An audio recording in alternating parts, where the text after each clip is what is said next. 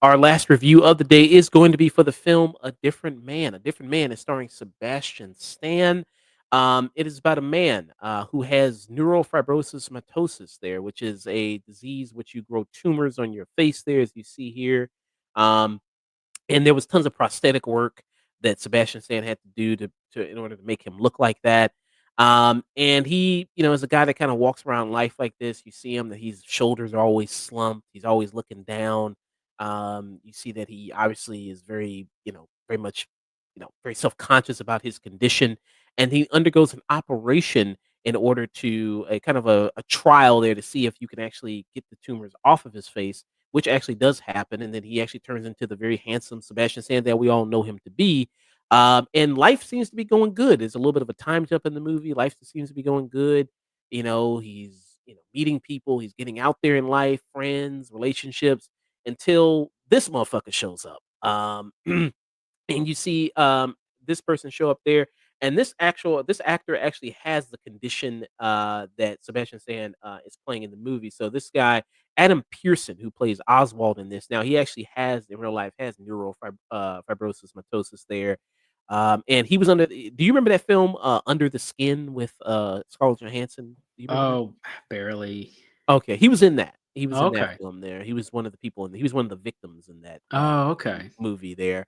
So yeah, and he shows up there as Oswald, and it kinda turns his life, up, kind of all around there because he shows up and even with this condition that he has, he, has all these people that really enjoy his company.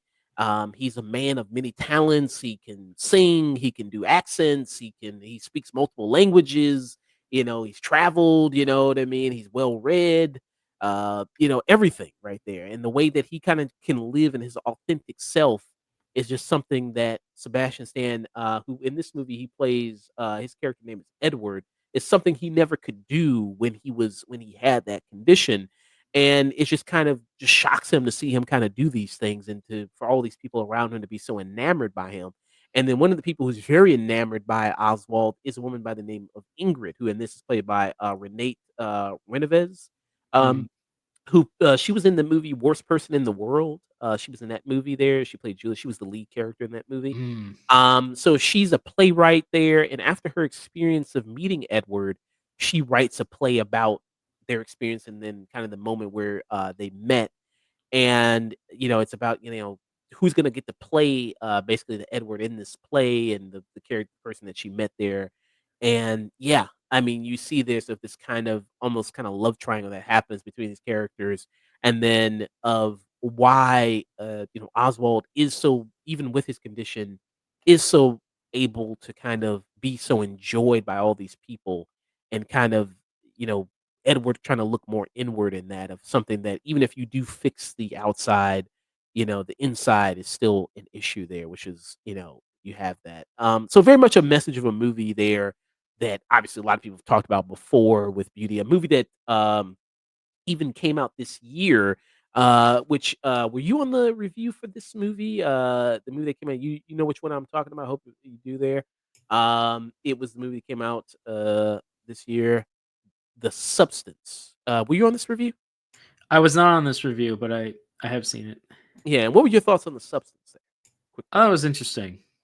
A Yeah. very kind of a wild movie that really does play and very makes fun of Hollywood in its glamorizations in a lot of way. Yeah.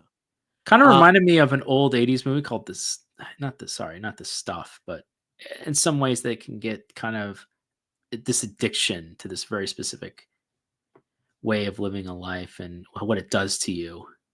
mm, yeah. And both movies kind of tackle, a lot of people have called A Different Man basically the male version of The Substance, tackling issues of body image, of self-conscious, being self-conscious there. Both tackle those issues pretty well there. not to make it a rival between the 2 movies. I think the substance goes a lot further in kind of its thing and kind of the Right. absurdist there. And there's a moment towards the ending of this film in A Different Man where I kinda have a little bit of an issue with. It only makes sense if you actually have seen the movie there, because the movie, the way it kinda goes further into it, it's like it's almost like it's not dealing too much in reality anymore, like how it had been set up to begin with. Because it's something that's different from something like The Substance where, it has this thing you inject and another person comes out of you and all this. Like, it's already kinda like sci-fi horror already as opposed to this kind of thing. But yeah, this kinda has a dramedy type feel to it, with it. But Sebastian Stan is very impressive in it. He continues to impress, in all the different roles he takes and the interesting stuff. Like even in this movie, the movie that came out this year, The Apprentice, which I also reviewed there with him in it. We played Trump in there. Very good performance from him in there. And then also that movie, Fresh, it was called, that Hulu film, Fresh, which we also reviewed there a while back. He also plays a very interesting role in there. So yeah, I love what Sebastian Stan does in this role. I wonder if he'll get nominated for either his performance in The Apprentice or this. Probably not. Because those are such kind of smaller movies. There, maybe they'll overlook him for that. But yeah, I mean, just kind of what this movie has to say about image and about uh, you know yourself and self-image and being self-conscious, the way that you kind of view yourself and how others view you, and then how kind of how you kind of love yourself is important to how others can love you. And I think that's something that the movie has to say, and it does a good job at saying that. um I don't know if it'll make my I have to make my list of favorite movies of 2024. Maybe it'll be an honorable mention. I like it that strongly enough. The only issue Oh, okay. was the kinda ending, like I mentioned. And Hunter, I think he's referencing The Substance. He said, "One of the best films of the year," I think he said. And then Hunter also says, "The neighbor in this movie might be the best villain of the year. She's so horrible there." Yeah, Ingrid in this movie, kinda, it's again, it'd be interesting to talk about this movie with somebody who's seen it, just to Mhm. get into a lot of the symbolism of the movie and what different things represented and what was the meaning behind certain things. Have you ever read the book The Bluest Eye? Have you ever read that book? I've heard of it, I haven't read it. Yeah, so there's a book in there, and people know The Bluest Eye. It's a book by Toni Morrison, and it gets referenced twice in the movie just with people reading it. And it's about a girl there that is dark skinned, and then she has an inferiority complex because of that. But yeah, so that gets kind of referenced in there as well. There's also a Fountainhead reference in this as well. Ayn Rand's Yes, Fountain. there's that as well in here that, I some there was another reviewer I listened to that, brought that up, that there's a Fountainhead reference in this as well. Yeah, the Fountainhead is all about, not standing in the way of government and other places, should not stand in the way of creativity, and that the architects, the creators, should have complete and utter control of everything what they do, and that you should make, everything you do in your aspect is made by your own hands and no one else's.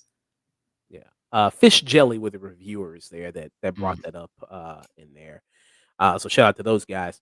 But, yeah, it's just funny. We had a lot of movies this year that come out about, a lot of that going on. It's What's Inside, the Netflix film that came out, Substance, Oh, yeah.